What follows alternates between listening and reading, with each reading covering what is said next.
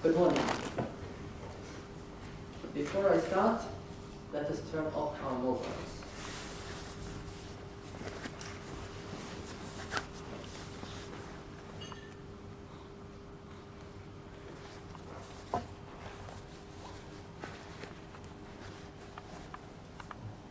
In December 2012, Blandina Teofili-Mbaga submitted her thesis, Pregnancy and Perinatal Health Outcomes in Northern Tanzania, a registry-based study, neonatal care admissions and recorded causes of neonatal and perinatal deaths, to be evaluated for the degree Philosophia Doctor at the University of Bergen.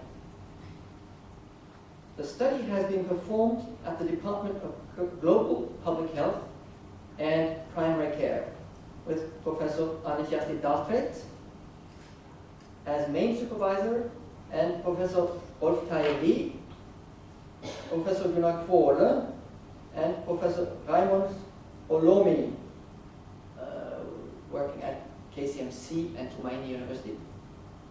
They were co-supervisors. The Faculty of Medicine and Dentistry appointed the following evaluation committee to evaluate the thesis. Professor Jon Øyvind Odland, University of Tromsø. Professor Geir Wenberg Jacobsen, Norwegian University of Science and Technology. Researcher Ingunn Marie Engebretsen, University of Bergen. She's the leader of the committee. In accordance with the evaluation committee's reports, the faculty has found the thesis worthy of being defended for the degree of PhD, and as required by the rules, Blandina Mbaga will today give her lecture on the topic Death on the Doorstep of Life, Peri and Neonatal Deaths in Sub-Saharan Africa, Trends, Explanatory Factors, and the Way Forward. Immediately following the lecture, there will be a public discussion on the theme covered by the lecture. Not more than 15 minutes. I hereby ask the candidates to commence.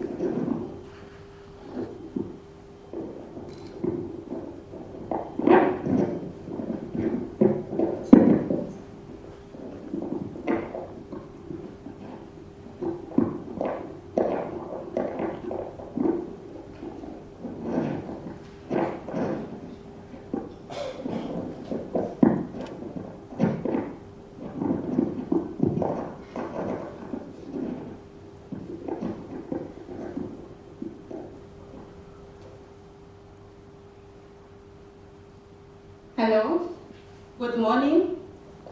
I am Blandina Teofili-Mbaga, going to present my trial lectures, which is titled as Death on the Doorstep of Life, Peri and Neonatal Death in Sub-Saharan Africa, Trends, Explanatory Factors, and the Way Forward. The outline of my presentation will be as follows. I'll give you definitions, many of the terminologies on the title.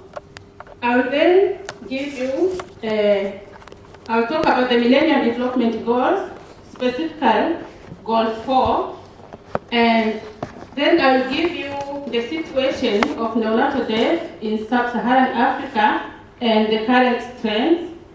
I'll then talk about the explanatory factors for the observed trends, and then I'll give you the way forward. Definitions.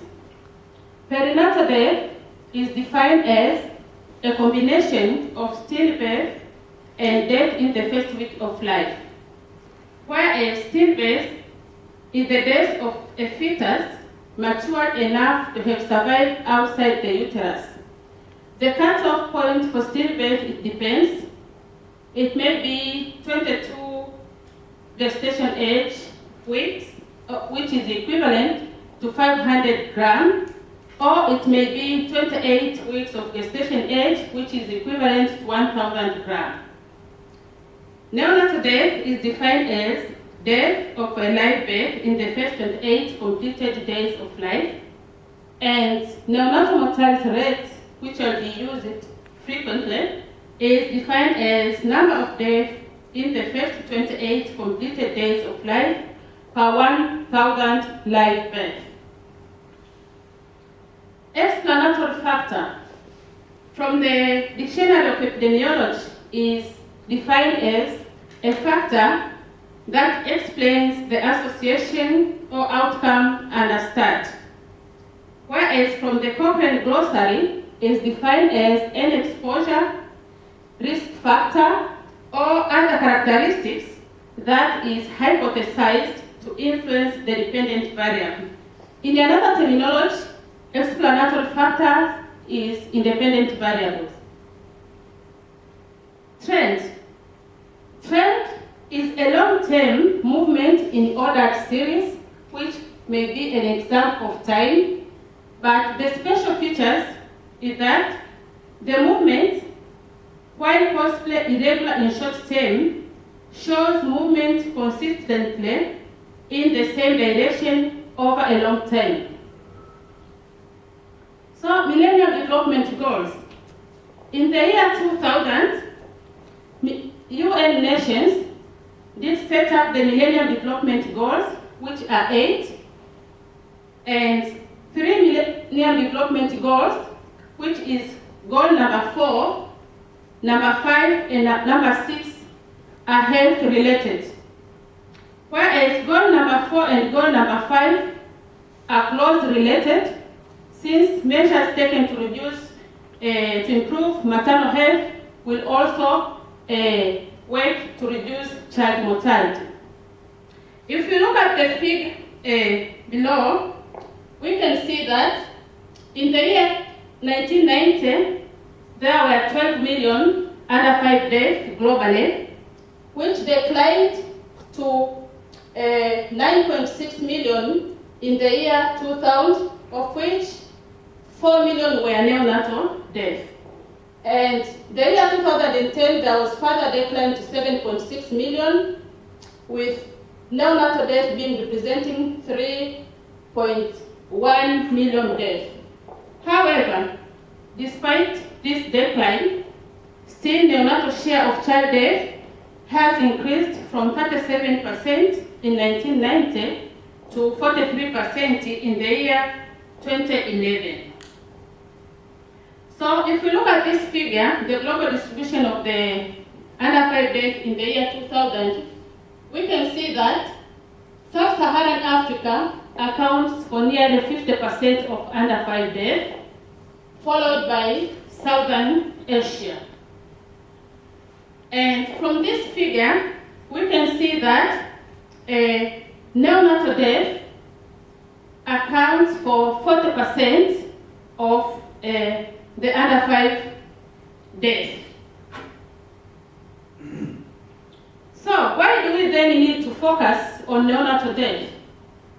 On the side of under 5 death, we see that there is good news that 2 million under 5 deaths were died less than in 2000.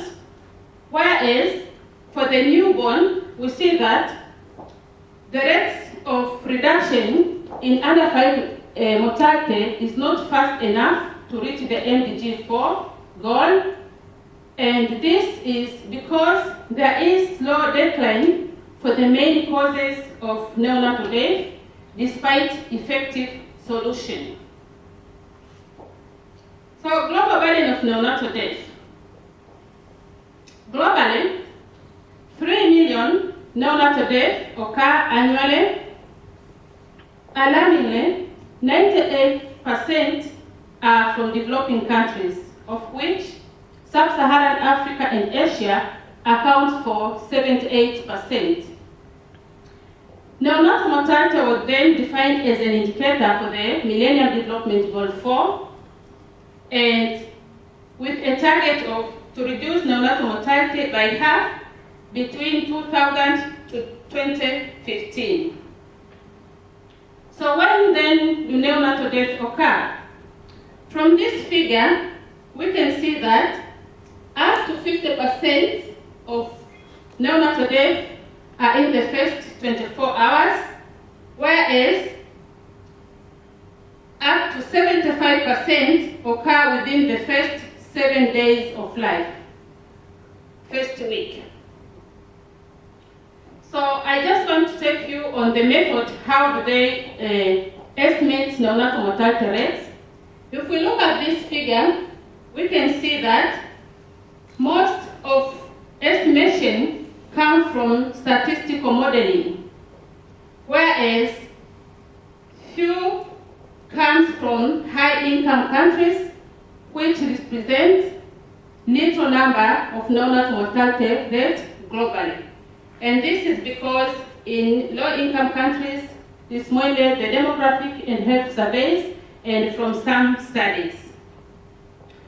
So looking at this figure, estimated neonatal mortality by MDG region, we can see that in 1990, Sub-Saharan Africa was the leading region with high neonatal mortality rate, whereas Southern Asia was the leading in 1990, whereas in the year 2011, Sub-Saharan Africa is the leading region with under 5 with a neonatal mortality rate, whereas the current neonatal mortality rate in Sub-Saharan Africa is even higher than the world neonatal mortality rate in the year 1990.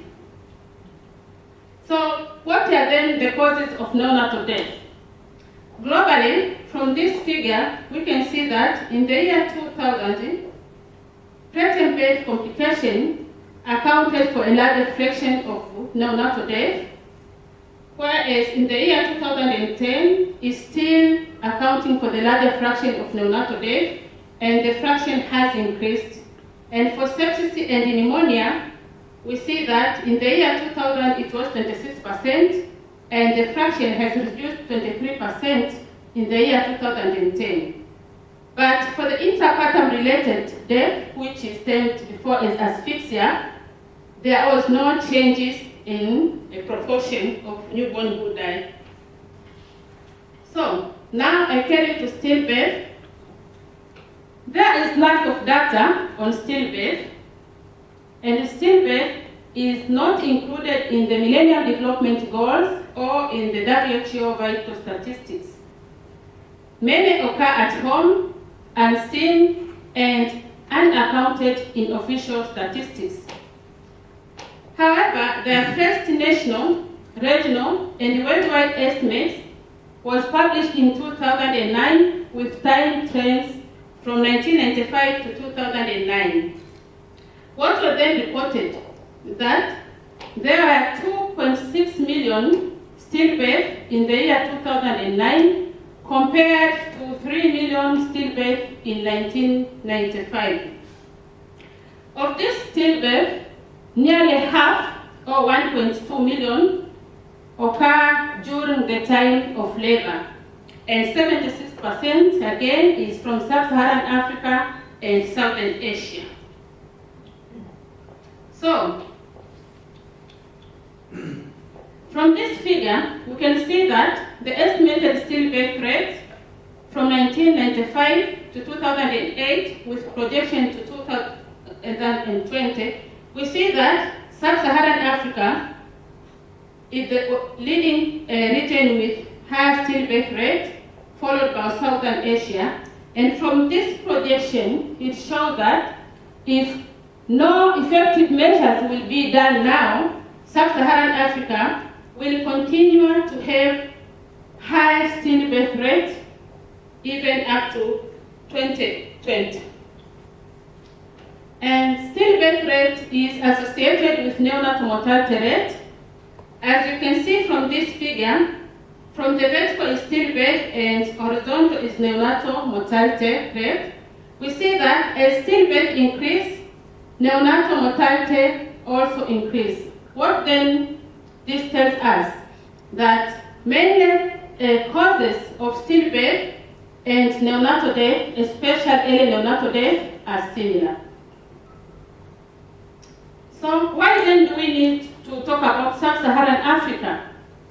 Because as we saw, there is higher burden of stillbirth, under 5 days, and neonatal mortality rate, and there is insufficient progress towards MDG 4. And only 6 countries in sub-Saharan Africa are on track for the MDG 4 goal. And looking at this, we can see that sub-Saharan Africa accounts for 24% of the global total birth. However, it accounts for the nearly 40% of global total birth and 35% of the global total stillbirth. So, now I'll tell you up to neonatal death in sub-Saharan Africa. Progress towards MDG 4 in sub-Saharan Africa. Looking at the red line, this shows the MDG target for sub-Saharan Africa, which is supposed to be 62 under 5 days by the year 2015. And the upper line shows the progress towards MDG 4 for under 5 in sub-Saharan Africa. We see that from these two estimations, one is from UN and the other one is from the Institute of Health Metric Evaluation. They all show us that there is some decline, especially from the year 2000, for the under 5 mortality, but still insufficient to reach the MDG 4. However, for the neonatal mortality, there is hardly visible changes of the neonatal mortality rate. And if there is not significant to be observed. So looking at this figure, we see that the highest neonatal mortality rate in sub-Saharan Africa is 50 currently in Somalia, and the lowest is 9 in Seychelles. And we see that from 50 to 9 to 50, there is a very huge variation in sub-Saharan Africa itself for the neonatal mortality rate. And these are 10 countries with neonatal mortality rates below 40, where these are 10 countries with neonatal mortality below 25, and these are above 40. Tanzania is between here because currently the neonatal mortality rate is 26. Then, looking at the causes of neonatal death in sub-Saharan Africa, we see it's nearly similar to the global trend, where the preterm birth is currently the leading cause of neonatal death, and sepsis and pneumonia, the fraction in sub-Saharan Africa has not changed, still is 28%, whereas for intrapartum related, the fraction is higher than the global, which was 24 in 2004, and in 2010, the fraction in sub-Saharan Africa is increased for intrapartum related death. So, however, there is some hope in some countries in sub-Saharan Africa with having some fastest decline in neonatal mortality. Example is Botswana, which in 2000 it was 18 and currently is 11. So the difference in between here is 38% decline of neonatal mortality. And for Tanzania is 28% decline. So what then are the explanatory factors? So major determinants of neonatal death can be indirect or direct causes. Indirect causes or factors include maternal health before, during, and after delivery, conditions during labor and delivery, postnatal care, socio-demographic, socio-economic, and socio-cultural factors. Whereas the direct causes, major ones, are preterm complications, intrapartum-related death, infections, congenital malformations, and others. So, to discuss the explanatory factors, I have selected a module, Continuum of Care for Maternal, Newborn, and Child Health, which I will discuss the factors within this module and see the gaps which need to be fulfilled to improve neonatal mortality. The continuum of care is for maternal, newborn, and child health includes integrated services for mothers and children from pre-pregnancy to delivery, the immediate postnatal period, and childhood. This is known as the first dimension of continuum of care, which is called as time of life, or time of the woman life cycle. And the second dimension is that such care is provided by families and communities through outpatient services, clinics, and other health facilities. That means level of care. And this model currently is used by Partnership for Maternal, Newborn, and Child Health, Countdown 2015, Save the Children, WHO, UN Commission for Health, and other organizations. So how the model look like? Looking at this here, we see that the first dimension, which is time of life, is going through the woman life cycle, starting from adolescence and before pregnancy, during pregnancy, during childbirth, postnatal care for mother and newborn, up to the childhood.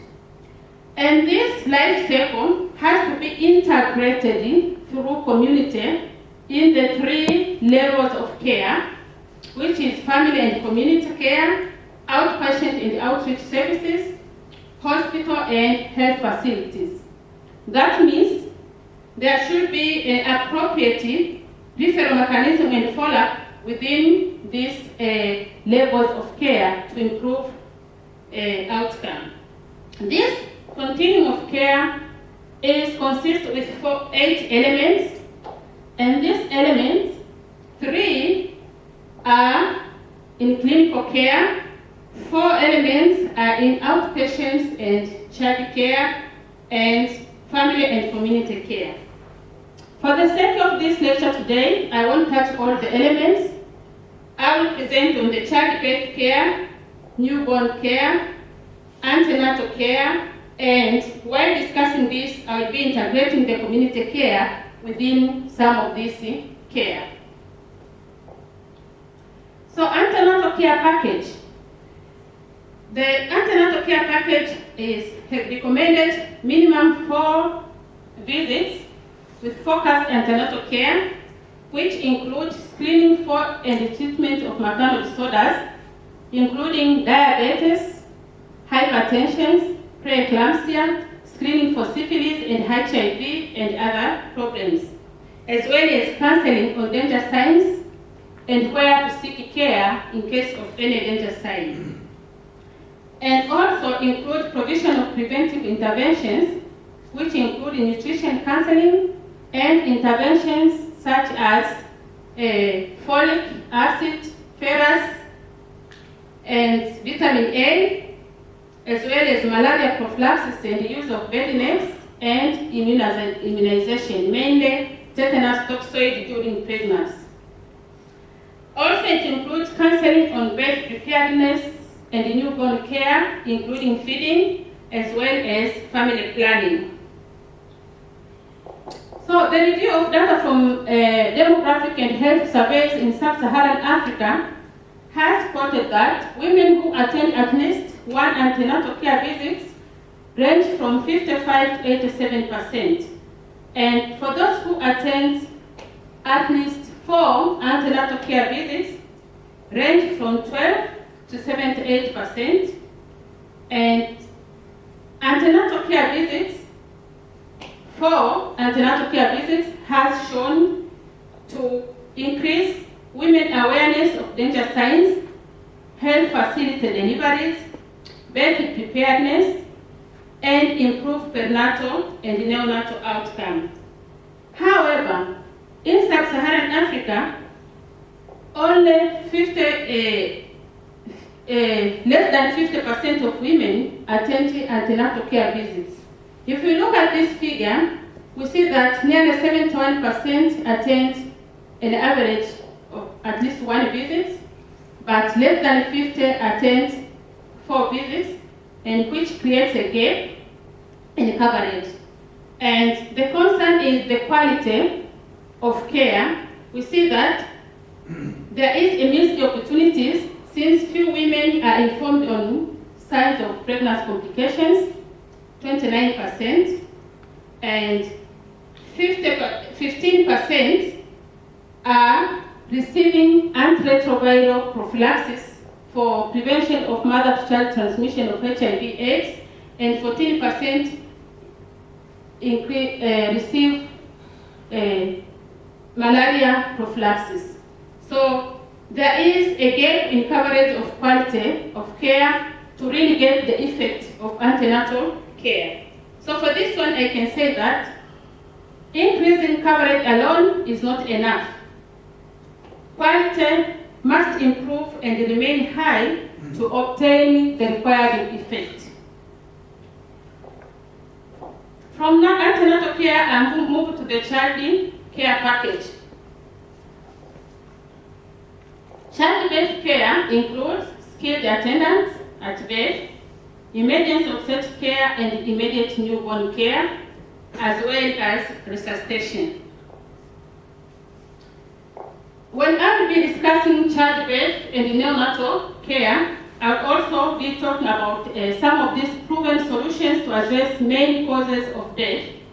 Through preterm, there are 3 main causes: preterm birth, intrapartum related, and severe infection.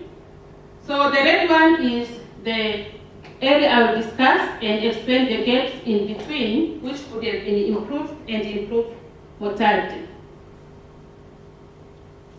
So, starting with skilled attendant at birth, 15% of pregnancies are at risk of complications, and complication during childbirth carries a high risk of perinatal death.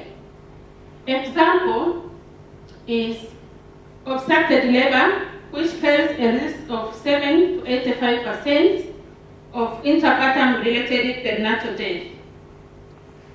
And skilled attendants can recognize problems early, intervene, and manage the complications, and stabilize the condition and refer to a higher level of care.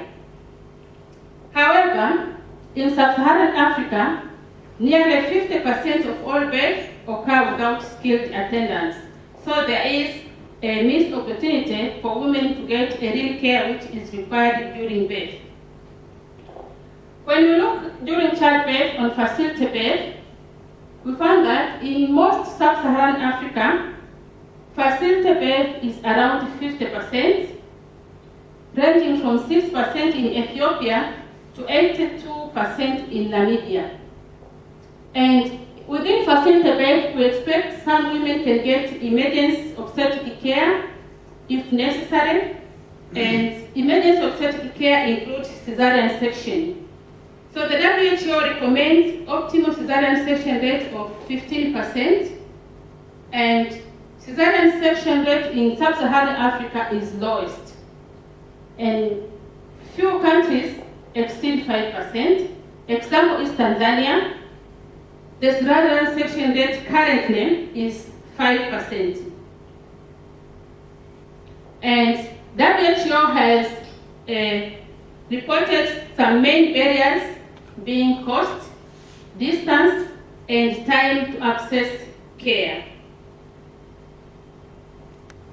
So, when childbirth care is integrated to community care, we expect that community health work care, along the continuum of care, may promote use of skilled birth, promote use of facility birth, as well as referral of emergency or such care if needed.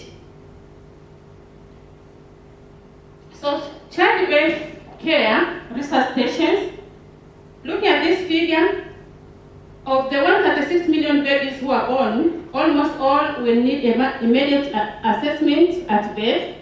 However, approximately 10 million babies may require simple stimulation, like drying and rubbing to make them breathe. And 6 million babies may require basic resuscitation using bed and mask or ventilation, and less than a million babies may require advanced resuscitation. And you know that birth asphyxia is one of the major causes of neonatal death, accounting for 28% of neonatal death in sub-Saharan Africa. The review of 24 studies on resuscitation has reported that facility-based resuscitation may decrease 30% of term interpartum related death and 10% of preterm death, whereas community-based resuscitation may reduce up to 20% of term interpartum related death and 5% of preterm death. However, there are barriers such as lack of skills and resuscitation device. So, it's estimated by the UN Commission that resuscitation, if done, may save up to 336 lives in 5 years. Example of success resuscitation was the Helping Baby Breathe training in Tanzania, which was just reported, and this was done 2009 to 2011, and outcome, the training was done in 8 health facilities where the healthcare were trained on resuscitation. Outcome was neonatal death and fresh stillbirth. After 2 years of the training, found that with resuscitation, early neonatal death was reduced by 47%, whereas fresh stillbirth was reduced by 24%.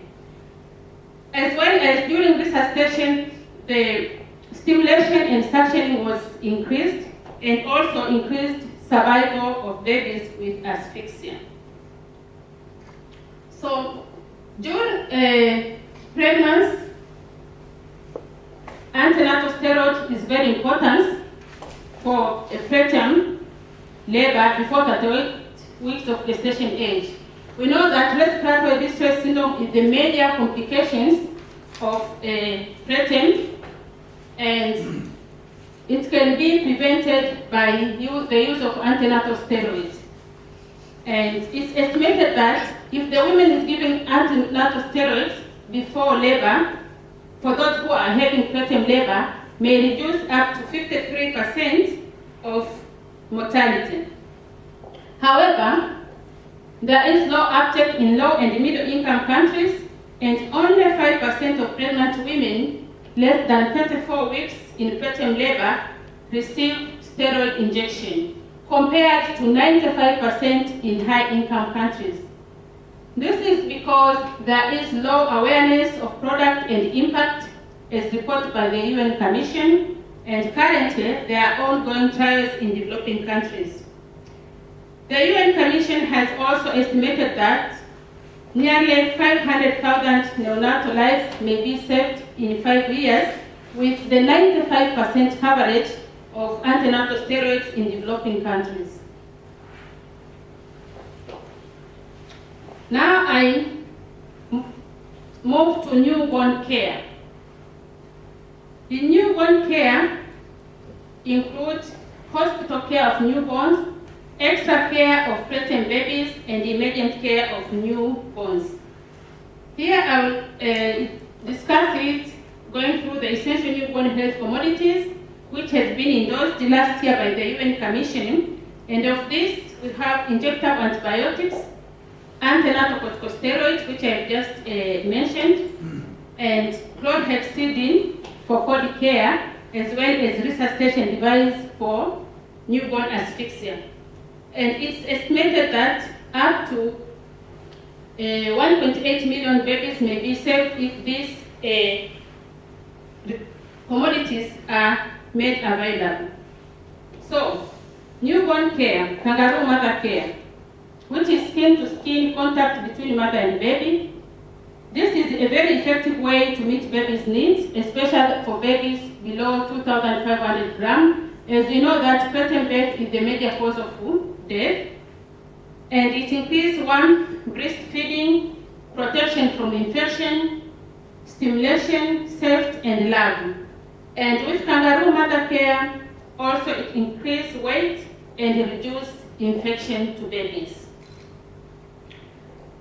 And the review has shown that with facility-based kangaroo mother care, neonatal mortality may be reduced by 51% for low birth weight babies. And the method is technically simple and highly effective form of care and can be scaled up to community level. Such example is Malawi. Malawi has extended the community care with kangaroo mother care, and Malawi currently is known as is recognized as a center for training of kangaroo mother care globally, and it has been taken as good also example of reduction of neonatal mortality and even maternal death from involving the community care. However, in other countries, there is inadequate aspect. For Tanzania, national scale-up of kangaroo mother care was started in 2010, and not most areas are having it.